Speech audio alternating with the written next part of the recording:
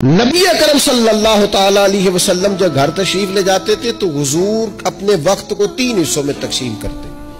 ایک حصہ پورا ٹائم رسول پاک گھر والوں کو دیتے, ان کی بات سنتے.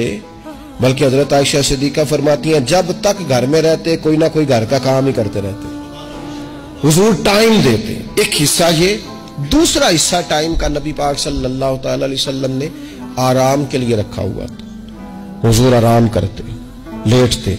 باقاعدہ حضور علیہ الصلوۃ والسلام اپنے وجود اطہر کو بستر کے اوپر رکھتے, آرام فرما ہوتے, صحیح معنوں میں آرام کرتے. اور تیسرا حصہ نبی پاک علیہ السلام نے عبادت کے لیے رکھا ہوا. گھر والوں کا کام کاج کیا, عشاء ہوئی, آرام کیا, پھر تہجد کا ٹائم ہوا تو حضور عبادت کے لیے اٹھ کے کھڑے ہو گئے. یہ گھر کے اندر, مسجد میں نہیں. مسجد کا تو جو عبادت کا ماحول ہے نماز کا وہ الگ ہے. گھر کے اندر اس بات کو اچھی طرح سمجھ لیں کہ گھر کے اندر جب آپ جائیں, اب تو بڑوں کی شکایتیں آنے لگی ہیں, پہلے بچوں کی آتی تھی. اب تو 50 سال کے آدمی کی شکایت آتی ہے کہ گھر آتے ہی موبائل کھول لیتا ہے, ادھر ادھر دیکھتا ہی نہیں, کچھ سنتا ہی نہیں.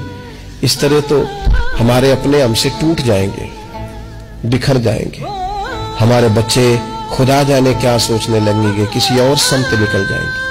وہ جن کو ہماری باتوں کی, ہماری شفقتوں کی, ہمارے پیار کی, وہ جس پوتے کو, جس چھوٹے بیٹے کو دادا کے والد کے کندھوں پر کھیلنے کی چاہت ہے, وہ تو اس سے محروم رہ جائے گا. ہمیں وقت دینا ہے, ان کو ٹائم دینا ہے, اس ٹائم کو مرتب کرنا ہے.